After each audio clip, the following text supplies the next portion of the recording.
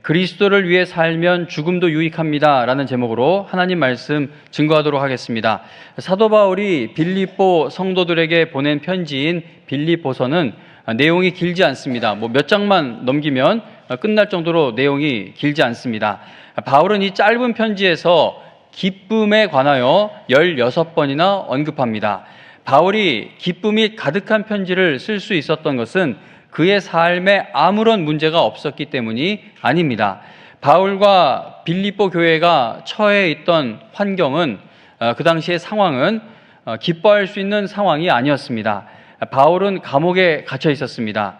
그리고 빌립보 교회 성도들은 많은 시련과 극심한 가난을 겪고 있었습니다. 빌립보 교회는 핍박과 가난과 내분, 그러니까 교회 안에서 싸움이 일어나려는 조짐이 있는 삼중고에 처해 있었습니다. 이러한 상황에서 기쁨과 평안을 누린다는 것은 거의 불가능한 일일 것입니다. 바울은 감옥에 갇혀 쇠사슬에 묶여 있었고 교대 근무를 하는 간수들이 바울 옆에 하루 종일 붙어 있었습니다. 바울은 언제 사형 선고를 받을지 모르는 삶과 죽음의 갈림길에 서 있었던 겁니다. 이렇게 절망적으로 보이는 상황에서 바울은 내가 살게 되든지 아니면 죽게 되든지 어떤 일이 일어나도 나는 괜찮습니다 라고 빌립보서에서 말하고 있습니다. 사도 바울이 절망하고 낙심할 수밖에 없는 환경에서도 그의 마음과 믿음을 끝까지 지켜낼 수 있었던 것은 바울에게는 분명하고 확실한 삶의 의미와 목적이 있었기 때문입니다. 빌립보서에서 바울은 성도의 믿음이 굳건하게 서 있게 되거나 또는 흔들리게 되는 것이 단지 환경의 문제가 아니다라는 것을 알게 해줍니다. 우리는 믿음이 흔들릴 때에 그 문제를 빨리 해결해서 그 문제가 해결되어 그 고난이 물러나서 내 믿음이 회복되기를 바랍니다. 그래서 기도할 때도 우리가 그런 식으로 기도를 하죠. 하나님, 내 신앙이 흔들립니다. 믿음이 흔들립니다. 빨리 이 문제를 해결해 주셔서 내가 온전한 믿음으로 쓰임받게 하여 주소서. 우리가 그렇게 기도하는 경우가 있습니다. 그러나 성경을 보면은 믿음이 흔들리고 있는 것은 환경의 문제가 아니다라는 것을 말씀해 줍니다. 만일 이 믿음이라는 것이 환경과 조건에 좌우되는 것이라면 바울은 빌립보 교회에 이렇게 기쁨이 가득한 편지를 보낼 수 없었을 것입니다. 요즘 참 살맛 난다 그런 표현이 있습니다. 여러분들은 지금 살맛 난다라고 말을 할 수 있는 그러한 삶을 살고 계십니까? 살맛 나는 인생이 되려면 무엇이 필요하고 또 어떤 일이 이루어져야 한다고 여러분들은 생각하십니까? 지금 여러분들에게 삶의 의미를 주고 있는 것은 무엇입니까? 무엇을 가장 중요하게 여기며 살아가고 계십니까? 대부분의 사람들은요, 나는 무엇을 위해 살아가고 있나라는 삶에 대한 심각한 질문을 하지 않고 살아갑니다. 그러니까 열심히 살아가지 않는다는 것이 아닙니다. 죽을 힘을 다해 일을 하고 온 힘을 다해 자식들 돌보고 또 교회에서 헌신하고 봉사하고 하여튼 우리가 일들을 열심히 하는데 그런데 정작 나는 무엇을 위해 살아가고 있나라는 이것에 대해서 질문하지 않고 있는 경우가 많다는 겁니다. 인생에서 아주 심각한 문제를 만나게 되면 그때에 가서야 내가 왜 사나? 나는 무엇 때문에 그토록 열심히 살아왔는가라는 질문을 하게 됩니다. 물론 꼭 심각한 문제를 만나야만 그런 질문을 하는 것은 아닐 것입니다. 먹고 사는데 아무 문제가 없어 보이고 또 퇴직한 후에 자식들을 다 이제 먹고 사는데 별 문제가 없어 보여요. 그런데 퇴직하고 나서 밀려오는 어떤 공허함, 자식들을 다 키워서 출가시키고 나서 이제 밀려오는 어떤 공허함이 있을 때에 나는 무엇을 위해 지금까지 열심히 살아왔는가? 이런 질문을 하게 되는 경우가 많습니다. 사도 바울이 범사에 감사하는 신앙을 굳게 지켜갈 수 있었던 것은 그에게는 분명한 삶의 의미가 있었기 때문입니다. 바울이 빌립보서에서 가르치는 내용을 좀 요약을 해보면 이렇게 말을 할 수 있습니다. 바울은 빌립보 성도들에게 여러분, 저로 인해 걱정하지 마세요. 저는 죽을지도 모르는 상황에 있지만 낙심하지 않고 있습니다. 이곳에서 나가 몇십 년을 더 살며 사역을 감당할 수도 있을 것입니다. 어쩌면 또 내일 죽게 될 수도 있습니다. 그러나 어떤 결과를 내가 맞이하든 그 일들이 내 삶을 망칠 수 없기 때문에 저는 괜찮습니다 라고 말을 한 것입니다. 사도 바울이 감옥에 갇혀 있으면서도 기쁨이 넘칠 수 있었던 비결이 무엇인지 오늘 이 시간 함께 살펴보려고 합니다. 빌립보서 1장 12절에 보면은 사도 바울은 빌립보 성도들에게 형제들아 내가 당한 일이 도리어 복음 전파의 진전이 된 줄을 너희가 알기를 원하노라 라고 말합니다. 자, 지금 읽은 이 말씀에 보면 바울은 빌립보 교회 성도들이 낙심할 것에 대해서 걱정하고 있었다라는 모습을 보여주는 것이죠. 그러니까 낙심하게 될 위험에 처해 있는 빌립보 성도들에게 바울은 여러분 낙심하지 않아도 됩니다 라고 위로를 해주고 있는 것입니다. 한번 생각해 보시기 바랍니다. 당시 복음을 전파하고 하나님의 교회를 세워가는 일에 있어서 바울의 지도력과 영향력은 어느 누구보다 뛰어났습니다. 바울은 어떤 곳에서도 복음을 전하며 또 복음에 대해서 의문을 품는 사람들이 있으면 그들과 토론하고 논쟁하는 것도 두려워하지 않았습니다. 그러한 바울의 힘 있는 사역을 통해 교회가 개척되어지고 세워져 나간 것입니다. 사도 바울이 지중해 전 지역에 끼쳤던 영향력은 정말 대단했습니다. 자, 그런데 그 위대한 사도가 이제 사형에 처해질지도 모른다는 소식이 들려오니까 빌립보 교회가 크게 낙심하게 될 위험에 처한 것입니다. 그래서 바울은 빌립보 교회 성도들에게 내가 당한 일이 도리어 복음 전파의 진전이 된 것을 여러분들이 알기를 원합니다 라고 말하고 있는 겁니다. 바울이 당한 어려움을 보면서 크게 낙심하게 될 위험에 처한 빌립보 교회 성도들 모습이 오늘날 우리의 모습이기도 합니다. 세상에서 부당하고 악한 일들이 계속 일어날 때에 하나님을 믿지 않는 불신자들보다도 우리 그리스도인들은 더 고민하고 더 괴로워하게 됩니다. 우리는 하나님께 하나님 왜 저런 슬프고 악하고 억울하고 부당한 일들이 일어나는데도 하나님은 가만히 계신 것입니까? 하나님 지금 저에게 소중한 사람이 제 가족이 이러한 고통을 받고 있는데 왜 가만히 계십니까? 왜 저의 생업에, 저의 가정에, 저의 건강에 이러한 어려움이 계속 생겨나는 것입니까? 라고 질문을 하게 됩니다. 빌립보 교회 성도들이 크게 낙심하게 될 위험에 처한 것을 보면서 그들을 한심하게 여길 수 없다는 것이죠. 왜냐하면 우리 또한 마찬가지이기 때문입니다. 우리가 3자 입장에 되면 다른 사람 믿음을 이렇게 평가를 잘해요. 바울 사도가 믿음으로 이야기하는데 빌립보 교회 성도들, 빌립보 교회 직분자들 뭘 그렇게 두려워해? 기도하면 되지. 우리가 이렇게 얘기를 쉽게 하는데 3자 입장이 될 땐 그렇지만 우리의 형편을 한번 보자는 겁니다. 우리도 하나님을 믿는데 정말 내가 감당할 수 없는 어려움들이 생겨나면은 마음이 괴롭고 낙심하게 될 위험에 처하게 된다는 겁니다. 그래서 빌립보 교회 성도들의 모습이 오늘날 우리의 모습으로 생각되어질 수 있습니다. 사도 바울도 예수님을 믿는 사람들이 부당하고 악한 일들을 당할 때에 매우 마음 아파했죠. 그러나 바울은 성도가 고난받는 것으로 인해서 낙심하는 자리에 주저앉아 있지는 않았습니다. 왜냐하면 바울은 어떠한 일도 하나님의 뜻이 이루어져 가는 것을 절대 막지 못한다는 사실을 알고 있었고 믿고 있었기 때문입니다. 바울이 어떤 일을 당해도 자신의 마음과 생각을 끝까지 지켜낼 수 있었던 것은 바울은 하나님의 뜻은 이런 일들을 통해서도 반드시 이루어진다라는 사실을 믿고 있었기 때문이라는 겁니다. 바울은 하나님의 뜻이 이루어지는 것을 인생의 목적으로 삼고 있었기 때문에 아무리 큰 고난을 당해도 하나님께서 행하실 일에 소망을 두며 믿음으로 전진해 나아갈 수 있었던 것이죠. 만약에 바울이 자기의 사역 자체에 인생의 목적을 두었으면 그 사역을 더 이상 못하게 되고 갇혀버리고 했을 때 한없이 마음이 내려앉고 믿음이 흔들리고 주저앉았을 것입니다. 그러나 바울은 어떤 일이 일어나도 하나님의 뜻은 이루어져 간다라고 믿고 있었기 때문에 내가 해야 할 일, 내가 하고 싶은 일, 내가 기도하고 있는 일들이 멈추어져도 여전히 하나님의 뜻은 이루어갈 줄로 믿습니다라고 그렇게 자기의 마음을 다스릴 수가 있었던 겁니다.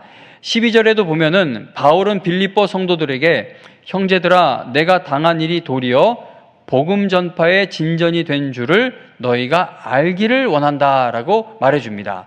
자, 여기서 바울이 말하는 내가 당한 일에는 그가 감옥에 갇혀 있는 것도 포함된 것이죠. 당시 바울 곁에는 간수들이 교대 근무를 하며 하루 종일 바울을 감시했습니다. 물론 이 로마 감옥이 좀 자유가 있는 감옥이었다, 이렇게 편지도 쓸 정도로, 또 편지를 받을 정도로, 누구를 만날 정도로 그렇게 자유함이 있었다, 뭐 그렇게 이야기를 하기도 하지만 그래도 감옥은 감옥이죠. 그리고 간수들이 교대 근무를 하며 감시했을 때 그게 얼마나 어려운 상황이었겠습니까? 그런데 놀랍게도 바울은 자신을 감시하기 위해 매일 순번대로 찾아오는 그 간수들에게 복음을 전하였습니다. 그리고 하나님께서는 바울이 감옥에 갇혀서 전하는 그 복음 사역의 열매가 풍성하게 해주셨습니다. 자, 이렇게 성경을 읽어보면은요, 하나님께서는 어떠한 환경에서도 모든 것을 합력하여 하나님의 선하신 뜻을 이루어 가십니다. 자, 그런데 우리는 비극적인 일들이나 또는 고통을 주는 일들을 만나게 되었을 때 하나님이 어떻게 모든 것을 합력하여 선을 이루어 가시는지를 알지 못하여 답답해야 할 때가 많은 겁니다. 그러니까 눈에 보이는 일은 우리가 보고 알지만 하나님이 일을 행하고 계신다고 하지만 하나님은 보이지 않아요. 하나님의 일하시는 손도 보이지 않습니다. 그래서 하나님이 도대체 어떻게 모든 것을 합력하여 선을 이루신다는 것인지 우리는 알지 못할 때가 많습니다. 바울도요, 하나님께서 최종적으로 이루실 일이 무엇인지 정확하게 다 세세하게 알았기 때문에 하나님을 끝까지 의지할 수 있었던 것이 아닙니다. 빌립보서 1장 19절에 보면은 이것이 너희의 간구와 예수 그리스도의 성령의 도우심으로 나를 구원에 이르게 할 줄 아는 고로라고 바울은 말합니다. 19절에서 나를 구원에 이르게 한다라고 바울이 말한 것은 그가 이제 감옥에서 나오게 될 것을 말한 것이다라고 해석을 하는 분들도 많습니다. 그래서 쉬운 말로 번역된 성경들 중에는요, 이 19절 말씀을 그리스도의 영의 도우심으로 내가 풀려나리라는 것을 알고 있습니다라고 번역을 했습니다. 자, 그런데 여러분, 바울이 20절에서 내가 살든지 죽든지라고 말하고 있고 또 21절에서는 죽는 것도 유익하다라고 말하는 것을 보면은 바울은 자신이 감옥에서 풀려나게 될 것만을 소망하면서 19절에서 나를 구원에 이르게 한다라는 이 고백을 한 것이 아닐 수도 있습니다. 그러니까 만일 19절에서 바울이 내가 풀려날 것을 안다라는 의미로만 구원에 이르는 것을 말한 것이라면 20절과 21절에서 이렇게 죽는 것에 대해서 말하지 않았을 것으로 생각됩니다.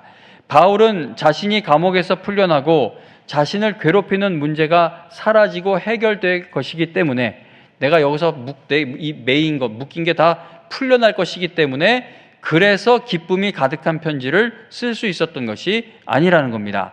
바울은 지금 부당한 일을 당하고 있고 고통받는 일을 당하고 있어도 결국 이 모든 일들이 하나님께서 허락하신 구원의 완성을 이루는 과정이 될 것에 대한 확신이 있었던 것입니다.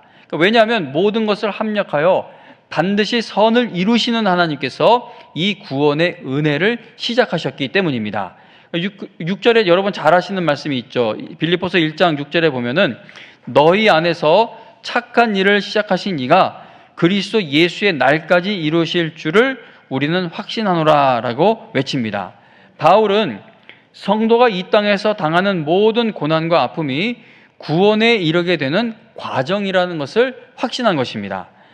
바울도 자신이 당하는 고난으로 인해 울고 있을 때가 있었고 다른 성도들로부터 꼭 위로받아야 할 필요가 있었을 정도로 그의 마음이 약해질 때도 있었습니다. 그러나 바울은 자신이 겪는 모든 일들, 그 죽을 고생하는 일들, 심지어 생명을 위협하는 고통스러운 그 일들까지도 모두 하나님께서 구원을 완성해 가시는 과정에 있는 일임을 믿었다는 겁니다. 그래서 바울은 고린도후서에서 우리가 사방으로 우겨쌈을 당하여도 쌓이지 아니하며 답답한 일을 당하여도 낙심하지 아니하며 박해를 받아도 버림받지 아니하며 거꾸러뜨림을 당하여도 망하지 아니한다라고 외치면서 자신의 앞에 놓여 있는 경주를 끝까지 믿음으로 달려갈 수 있었던 것입니다. 바울이 이와 같은 확신을 가지고 살아갈 수 있었던 것은 예수 그리스도를 그의 삶에서 가장 중요하게 여기고 있었기 때문입니다. 오늘 본문 빌립보서 1장 21절을 한 목소리로 읽어보겠습니다. 1장 21절입니다. 1장 21절 한 목소리로 읽습니다. 시작. 이는 내게 사는 것이 그리스도니 죽는 것도 유익함이라. 아멘. 바울이 사역을 하면서 아무리 고통스러운 일을 당해도 두려워하다가도 다시 담대함을 되찾고 슬퍼서 낙심했다가도 다시 기쁨과 감사가 넘치는 자리로 돌아올 수 있었던 것은 바울에게는 사는 것이 그리스도였기 때문이라는 겁니다. 빅토르 위고의 레 미제라블이라는 장편 소설, 한국에서는 장발장이라는 제목으로 더 잘 알려져 있는 그 장편 소설에 보면은 자베르라는 이름의 경찰이 장발장이라는 인물을 끈질기게 의심하면서 오랜 세월 추적합니다. 자베르 경감은 내게 사는 것이 정의를 집행하는 것이니라는 그러한 모습을 그 소설 안에서 보여줍니다. 너무나도 가난했던 장발장은 빵 하나 훔쳐먹은 죄로 19년 동안이나 징역살이를 하게 됩니다. 출소한 장발장은 한 주교가 베푸는 용서와 사랑을 받아 새로운 인생을 시작하게 됩니다. 그러나 자베르 경감은 장발장과 같은 인간은 결코 변화될 수 없으며 반드시 처벌받아야 한다라는 신념을 가지고 장발장을 잡기 위해서 끝까지 추적합니다. 그런데 어느 날 이 장발장과 같은 범죄자가 나보다 더 나은 사람이다라는 것을 이 자베르가 깨닫게 되죠. 자베르는 장발장이 자신을 용서해주고 심지어 목숨까지 구해주자, 살려주자 자신의 신념의 혼란을 겪다가 결국 스스로 목숨을 끊게 됩니다. 자베르 경감은 자신이 일생 동안 삶의 의미와 목적을 두고 있던 것이 모두 산산조각 나게 되었을 때 스스로 목숨을 끊게 된 것입니다. 소설 속의 자베르처럼 극단적인 선택을 하지는 않는다 하더라도 내게 사는 것이 이것이다 라고 붙들고 있는 인생의 목적이 무너지게 될 때에 삶이 너무나 허무해지게 되면서 견디기 힘들어하는 사람들이 많습니다. 한마디로 살맛을 다 잃게 되는 것이죠. 그러니까 인생의 목적을 어디에 두고 있느냐. 그 IMF 때 얼마나 혹독했습니까? 저는 감히 이런 말을 하기도 죄송할 정도로 어려움을 겪으신 분들이 많습니다. 그런데 IMF가 오기 이전에 전후 한국의 상황은 그것보다 훨씬 더 어려웠죠. 진짜 저는 경험해보지 못했지만 역사 사진이나 어떤 기록을 보면 그런데 훨씬 더 어려웠을 때는 그렇게까지 스스로 목숨을 끊는 사람이 그 정도까지 많지 않았는데 오히려 IMF와 같은 그걸 당했을 때 많은 분들이 안타까운 선택을 하게 되었습니다. 그러니까 이게 인생의 목적을 어디에 두고 있느냐. 내가 평생 인생의 목적과 의미를 두고 있는 게 무너지니까 그 마음을 어떻게 지켜낼 방법이 없게 되는 겁니다. 여러분들을 열심히 살아가게 만들고 있는 삶의 원동력이라는 것이 있으실 줄로 압니다. 내게 사는 것이 이것이다 라고 말할 수 있을 만큼 지금 여러분들의 삶에서 가장 중요하게 여기고 있는 것은 무엇입니까? 다시 말하면 여러분들 인생의 목적은 무엇입니까? 그리스도인들이 어떤 일들 앞에서 무력하게 무너져서 믿음으로 다시 일어서지 못하게 되는 것은 내게 사는 것이 그리스도입니다라는 그 고백 위에 서 있는 신앙이 아니기 때문입니다. 그러니까 건강이 무너져서 믿음이 회복되지 못한다면 내게 사는 것이 건강이니라는 신앙이었던 것이죠. 재정 상태가 많이 어려워져서 사람들 앞에 내 모습을 보이기가 부끄러워져서 믿음이 무너진다면 그 신앙 또한 내게 사는 것이 재정의 풍족함이니라는 믿음으로 있었던 겁니다. 바울은 회심한 이후 복음을 전하며 교회를 개척하고 세우는 일과 선교 사역에 온 힘을 다했습니다. 바울은 자기 목숨을 걸고 선교 여행을 다녔으며 감옥에 갇혀서도 복음을 전했습니다. 그러한 바울에게 이제 더 이상 교회를 개척하고 세우기 위해 선교 여행을 다닐 수 없게 되는 그러한 때가 찾아오게 되죠. 계속 감옥에 갇혔다가도 또 감옥에서 나오게 되고 갇혔다가도 나오게 되었지만 나중에 결국은 바울이 이제 더 이상 감옥에서 살아서는 나올 수 없는 그러한 때가 찾아옵니다. 위대한 선교사이자 교회 개척자인 사도 바울이 이제 더 이상 선교 사역도 할 수 없게 되었고 교회 개척도 할 수 없게 된 것입니다. 그러나 바울의 신앙과 마음은 흔들리지 않고 내가 여태까지 열심히 했는데 내 끝이 뭐 이래, 하나님이 나에게 복을 주셔도 모자를 판에 내가 열심히 이렇게 왔는데 이제 감옥에서 이렇게 끝나는 건가? 이렇게 바울의 신앙과 마음이 그렇게 흔들리지 않고 오히려 그는 더욱더 견고해져 갔습니다. 바울이 자신의 목숨을 걸고 다니던 선교 여행을 더 이상 할 수 없게 되었고 또 목숨 걸고 세운 교회들에게서 이 걱정을 주는 소식들을 전해 듣게 되어도 바울의 마음과 믿음이 흔들리지 않을 수 있었던 것은 바울에게는 내게 사는 것이 그리스도입니다라는 확실한 인생의 목표가 있었기 때문입니다. 바울을 반대하는 사람들이 바울에게 큰 상처를 주는 공격을 해도 바울이 기뻐하고 감사하며 받은 사명을 끝까지 완수할 수 있었던 것은 바울에게는 내게 사는 것이 그리스도입니다라는 확실한 인생의 목적이 있었기 때문이라는 겁니다. 열왕기상 18장에 보면은 엘리야가 갈멜산에서 850명이나 되는 우상 숭배자들과 대결해서 승리를 합니다. 그 850대 1로 싸워서 그들을 모두 처치해버리죠. 그런데 바로 이어지는 19장에 가서 보면 엘리야는 이세벨이라는 그 악한 여인 앞에서 한순간에 마음과 믿음이 완전히 무너져 버립니다. 광야로 도망친 엘리야는 어떻게 보면 우울증처럼 보이는 증세를 보이면서 하나님께 나 좀 죽여달라고, 나 그만 살고 싶다라는 그러한 말까지도 하게 됩니다. 엘리야의 그러한 모습을 보면서 혹시 엘리야가 그의 사역의 의미와 목적을 이세벨이라는 악한 자를 무너뜨리는 것에 두었던 것은 아닐까 조심스럽게 생각해 봅니다.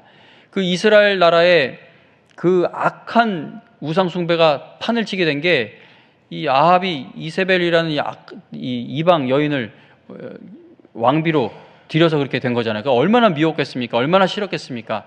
그래서 어쩌면 엘리야가 사역을 하는 것에 있어서 최고 목표를 이세벨이라는 그 악한 사람을 무너뜨리는 것에 두었던 것은 아닐까? 혼자 그렇게 조심스럽게 생각을 해보게 됩니다. 어느 순간부터 엘리야의 사역 목표와 의미가 이세벨을 없애는 것이 되어버려서 그가 이세벨 앞에 다시 서게 되었을 때 그의 믿음과 사명감이 한 번에 무너지게 된 것이 아닌가 생각을 해보게 됩니다.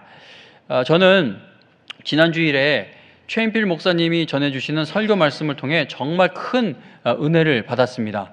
아이고, 그 목사님 상황이 불쌍해서 그렇게 우냐고 그러시는데 아니에요. 그게 은혜 받고 우는데 그렇게 말씀하면 은혜 받은 마음이 흔들리게 되죠. 그 말씀에 은혜 받아서 울게 되었는데 여러분들께 솔직히 저의 못난 모습을 이렇게 말씀드리는 것이 매우 부끄러울 때가 많습니다. 제가 저의 연약함을 말씀을 드리면 뭐 저렇게 담임 목사가 믿음이 약해, 그러면서 오히려 저한테 와서 기도하라고 하나님이 다 하신다고 이렇게 막 격려하시는데, 근데 참 이상한 건 그렇게 격려하시는 분들도 자기 문제는 갖고 막 끙끙거리시면서 힘들어 하시더라고요. 남의 문제인 거죠, 제가 울고 있는 게. 근데 어쨌든 여러분들에게 솔직한 저의 이 어떤 좀 연약한 모습을 말씀드리는 것이 부끄러운데, 저는 최인필 황삼순 선교사님이 푸놈펜의 그 아름다운 교회를 아무 대가도 요구하지 않고 후임자에게 넘긴 것이 솔직하게 말하면 좀 많이 아깝게 생각이 되기도 했고 이런저런 걱정도 많이 되었어요. 목사님 사모님 70 넘으셨는데 노후는 어떻게 되시나?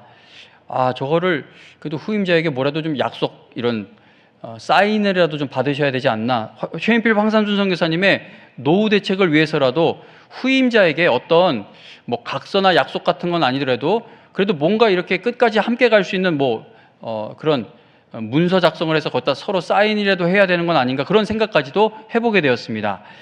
캄보디아 푸놈펜에서 그 영광교회를 지을 때 땅값만 6만 불, 교회 건물을 건축하는데 20만 불이 사용돼서 지어진 아름다운 교회입니다. 그리고 우리가 알다시피 그 사랑하는 딸의 생명보험으로 나온 걸 거기다 다 투자해서 지은 너무나 귀한 교회이죠. 그리고 푸놈펜 영광교회 그 건물 안에는요, 우리 목사님 사모님이 거주하시는 공간이, 그러니까 그 교회이면서 목사님 사모님에게는 집과도 같은 장소입니다. 그런데 너무나 그 귀한 교회를 캄보디아 현지인 목사에게 아무 대가를 요구하지 않고 넘겨주는 것이 도대체 어떻게 가능할 수 있는 일인 것입니까? 지난 주일 최인필 목사님이 일부 예배 설교 말씀을 전하시면서 이런 말씀을 해주셨어요. 제가 그걸 다시 다 그대로 읽어드리긴 힘들고 좀 요약을 해서 읽어드리겠습니다. 일부 예배 참석을 못하셔서 아마 1부, 2부가 같은 설교이긴 한데 일부 예배 때 이런 말씀을 해주셨어요. 푸놈펜 영광교회를 후임자에게 그렇게 넘기게 된 것이 하나님의 은혜이고 하나님의 때에 일어난 일이라고 생각합니다. 하나님께서 우리에게 무엇을 요구하실 때에는 하나님의 그 명령에 즉시 순종하는 것이 가장 좋다고 저희는 생각합니다. 세상 사람들은 지금 내가 하고 있는 일이 이성적인가, 합리적인가, 현실적인 잣대로 보았을 때 맞는 일인가, 이러한 것들을 다 따져보고 생각해보며 결정합니다. 그러나 저희 부부는 주님의 뜻인가, 주님께서 주시는 기회인가를 고민하고 기도하다 한 번에 결정했습니다. 저희들은 영광교회를 후임자에게 그렇게 넘긴 것을 지금도 조금의 후회도 없습니다. 왜냐하면 주님께 드렸다고 생각하기 때문입니다. 성도님 여러분, 많은 그리스도인들이요, 삶의 모든 의미를 가족이나 자녀에게 두기도 하고 부동산이나 세상에서의 성공이나 재물이나 어떤 업적을 이루는 것에 두기도 합니다. 그 원로와 후임의 그 충돌이 계속 일어나는 것도 그 교회를 일구고 개척한 그 원로의 입장에서는 그게 일생의 목적이었기 때문에 그게 쉽게 후임에게 넘어가지를 못하는 것이죠. 이렇게 어떤 삶의 목적과 의미를 다 쏟아붓고 있는 어떤 것이 있어요. 그러다가 그 모든 것들이 흔들리기 시작하면 믿음도 송두리째 흔들리기 시작하는 겁니다. 하나님 앞에서 하나님 아버지, 내게 사는 것이 세상의 것을 얻는 것이니 빨리 응답해 주세요 라는 신앙으로 하나님을 찾게 되면은요, 교회를 오래 다니면서도 세상 사람들과 똑같은 모습으로 살아가게 되는 것이고, 세상 사람들과 똑같은 문제로 인해 넘어지게 되는 것이고, 세상 사람들과 똑같은 것으로 기뻐하고 감사하게 되어버리는 겁니다. 바울이 온갖 나쁜 일들을 다 당하고 괴롭힘 당하고 정말 억울한 일을 당해도 그가 끝까지 범사에 감사하고 기뻐하며 받은 사명을 끝까지 감당할 수 있었던 것은 바울에게는 내게 사는 것이 그리스도입니다라는 인생의 확고한 목적, 목표가 있었기 때문입니다. 우리도 바울과 같은 인생의 목적을 갖게 되면 어떤 일을 만나거나 당해도 바울처럼 마음과 믿음을 지키며 천성을 향해 힘있게 나아갈 수 있게 될 줄로 믿습니다.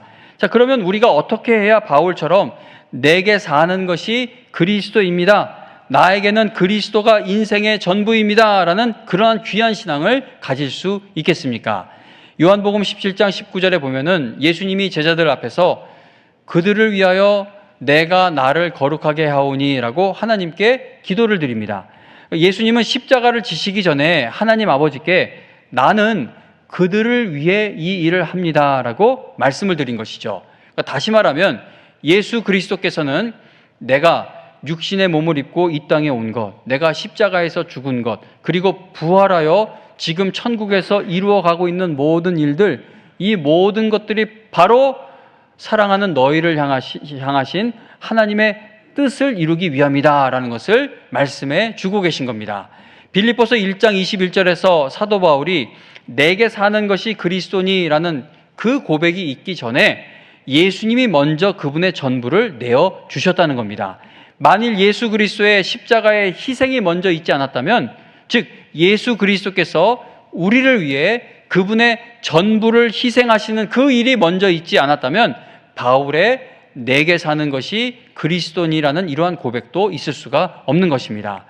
나의 친구, 나의 목자, 나의 가장 높으신 왕, 나의 구세주이신 예수님, 주님께서 저를 구원해 주시기 위해 모든 것을 내어주신 은혜가 너무나도 놀랍고 감격스러워서 저도 내게 사는 것이 그리스도입니다라는 그 고백만이 있게 되기를 간절히 바랍니다. 저를 위해 모든 것을 이미 내어주신 예수님, 저도 예수님을 위해 모든 것을 내어드릴 수 있는 인생이 되고 예수님이 제 인생의 전부로 모셔질 수 있도록, 그렇게 살아갈 수 있도록 저를 불쌍히 여겨주세요라는 주님의 크신 은혜에 대한 깨달음이 먼저 나에게 있어야 내게 사는 것이 그리스도입니다라는 인생의 목적이 생겨날 수 있다는 겁니다. 그러니까 인생의 목적이 하나님께 복받아 세상의 것이 풍족해지는 것, 그게 인생의 목적이 되어서는 정말 내게 사는 것이 그리스도라는 그 고백은 평생 나올 수가 없게 됩니다.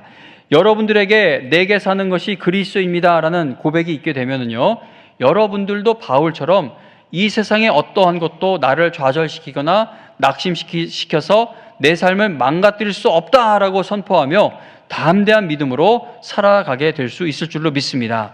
어느 성도님이 마틴 로이드 존스 목사님에게 의사라는 직업을 포기하고 목회를 하게 된 것을 막 칭찬했다고 합니다. 정확한 내용을 모르겠는데 그냥 혼자 좀 상상을 해보면 로이드 존스 목사님이 그 의사 직업을 버리고 목회에 들어가니까 그 사람 입장에서는 저건 돈도 많이 벌고 존경도 받고 또 의사가 되기까지 정말 많은 헌신이 있었을 텐데 그걸 뒤로 하고 목회를 한다니, 야, 정말 대단하구나, 많은 것을, 주님을 위해 많은 것을 포기했구나, 그렇게 생각을 했던 것 같습니다. 그래서 이제 의사를 포기하고 목회하는 것을 칭찬했어요. 그러자 로이드 존스 목사님은 그 성도에게, 나는 예수님을 위해서 포기한 것이 아무것도 없습니다. 그러나 예수님은 나를 위해 모든 것을 포기하셨습니다 라는 대답을 했다고 합니다. 로이드 존스 목사님처럼, 사도 바울처럼 나를 위해 모든 것을 내어주신 예수님의 사랑과 은혜를 깊이 깨달아가는 성도만이, 이 구원의 은혜를 늘 새롭게 알아가는 성도만이 내게 사는 것이 그리스도입니다, 나에게는 그리스도가 인생의 전부입니다 라는 그 고백을 할 수 있게 되는 것입니다. 오늘은 맥주감사주일입니다. 우리가 맥주감사절의 유래 또는 의미를 잘 알지 못하고 있어도 7월 첫 번째 주일을 맥주감사주일로 지키는 것에는 너무나 큰 유익이 있습니다. 1년의 절반을 돌아보며 하나님의 은혜를 기억하고 감사할 수 있는 절기이고, 또 한 해의 남은 절반도 하나님의 은혜를 크게 소망하는 그러한 시간으로 삼을 수 있는 절기이기 때문에 우리가 맥주감사절 의미를 잘 몰라도 1년의 절반을 보내며 우리가 모이는 이 감사절기가 너무나 귀하다고 생각이 됩니다. 성도님 여러분, 지난 6개월 동안, 우리 맥주감사절인데 지난 6개월을 한번 돌아볼게요. 지난 6개월 동안 내게 사는 것이 그리스도입니다, 나에게는 그리스도가 인생의 전부입니다 라는 감격과 감사가 없으셨다면 오늘 이 감사절을 맞아 주님께서 베푸신 구원의 은혜를 깊이 생각하게 되실 수 있기를 바랍니다. 그래서 남은 6개월이 아니라 앞으로 남은 인생, 남은 삶에 내게 사는 것이 그리스도입니다라는 귀한 신앙의 고백이 여러분들에게 있게 되시기를 바랍니다. 내게 사는 것이 그리스도이니라는 놀라운 신앙의 고백이 여러분 모두에게 있게 되어서 사나 죽으나 나는 그리스도의 것이기 때문에 죽는 것도 유익합니다라는 담대한 믿음을 가지고 살아가며 하나님께 끝까지 쓰임받게 되시기를 주님의 이름으로 축원합니다.